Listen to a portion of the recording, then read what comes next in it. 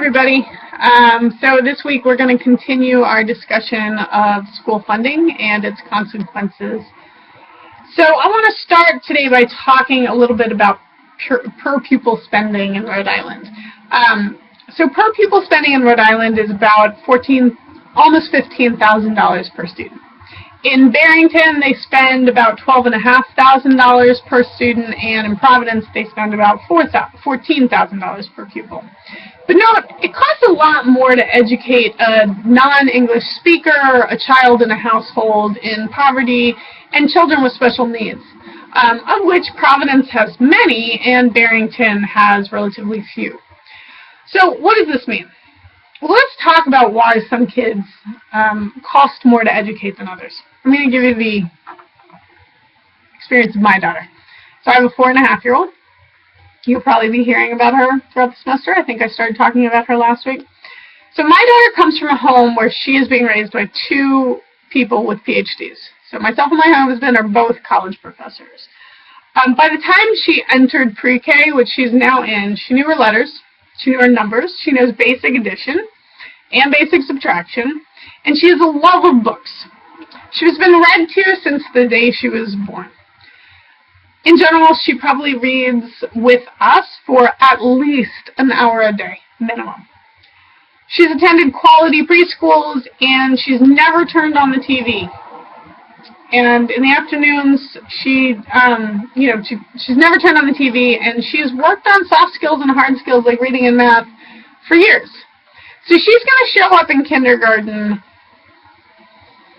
being very well prepared to be educated, being already able to score high on standardized tests. She's not going to cost much to educate. In fact, you could probably educate her in a barren room with no resources other than books and a halfway decent teacher. And given that barren room, halfway decent teacher, she will perform exceptionally well on standardized tests and will get good grades and get into college. She takes almost no money to educate, or is likely to, assuming she does not have a learning disability that has not been uncovered yet, which is definitely a possibility. But assuming that, she's not going to cost much to educate. And the reason that she's not going to cost much to educate is that she has exceptional home resources. We have the ability to tutor her if she falls behind. We have the ability to pay for a tutor if she falls behind.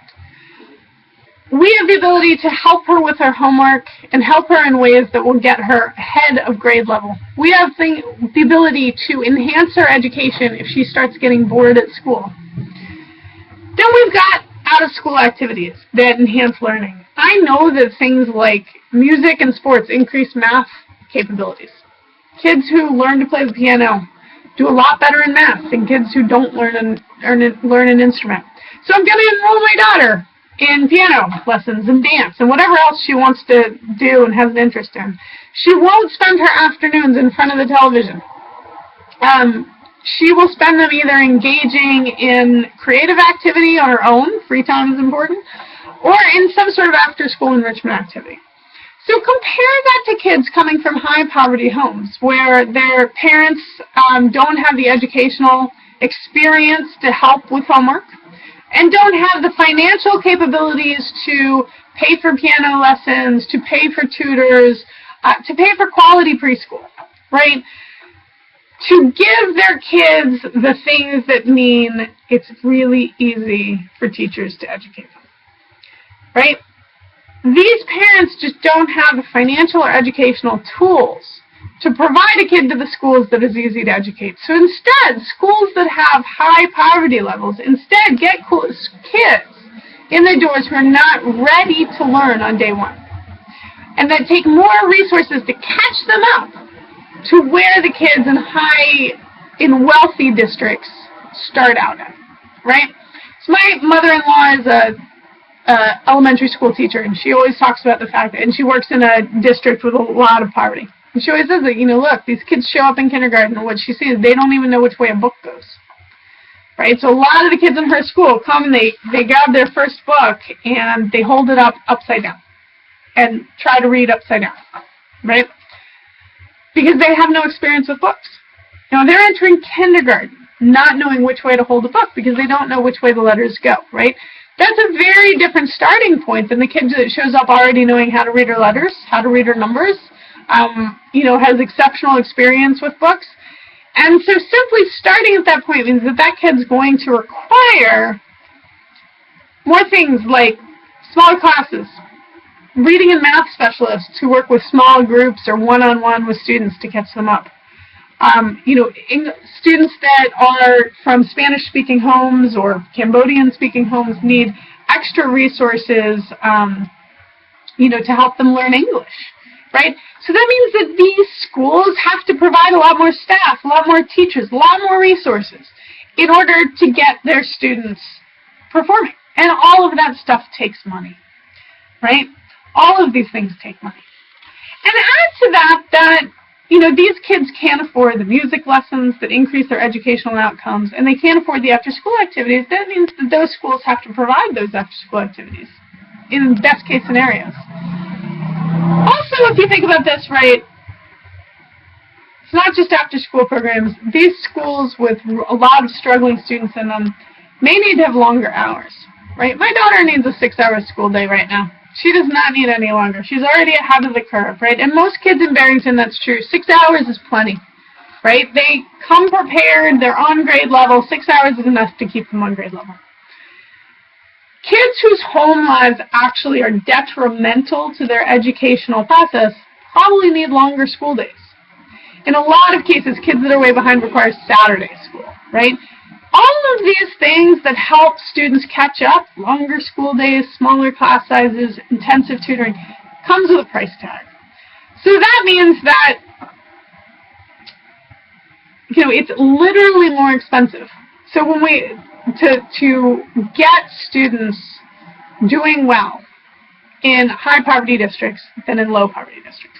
Now the irony here is that children in wealthy districts end up with more resources than those in high poverty districts, right? So, look at that difference. Barrington, $12,500 per student, and Providence, $14,000 per student. It's a $150 difference per student. Or no, sorry, $1,500 difference per student. That is not very much given how much more Providence has to deal with, right? So that's what this comes down to, is thinking about, well, if we equalize funding, if everybody got $14,000, would it mean that we should be able to say that everybody should be performing on grade level? No, because it probably costs $20,000 per student in Providence to get those students on grade level, because you need Saturday school, you need after-school programs, you need smaller classes. And in Barrington, honestly, you probably need more like $5,000, $6,000 per student, and yet they're spending a lot more than they need, right? So it's, you've got to think of that in the big way, right? You got to think about it really as, what do students actually need to get ahead, and what does it cost to get them ahead? So that's it for today, and there's some lecture after this in the lessons tab.